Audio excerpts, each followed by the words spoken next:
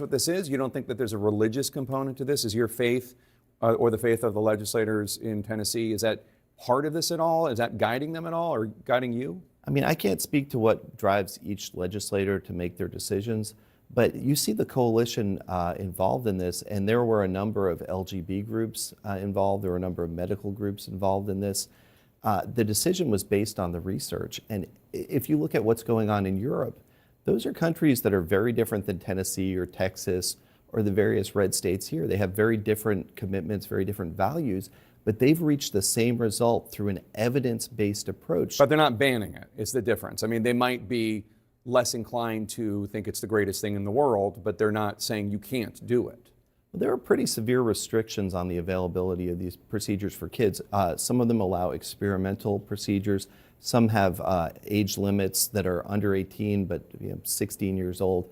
And in the red states, there are different variations on exactly what the prohibitions look like. But the gist of it is an understanding that there is a huge downside for kids and that the state's job is to protect them in an area of unsettled science, especially where the numbers have gone up so quickly for reasons that we don't understand. You want to make sure that kids aren't making lifelong sacrifices when the evidence doesn't show a benefit to them from these procedures.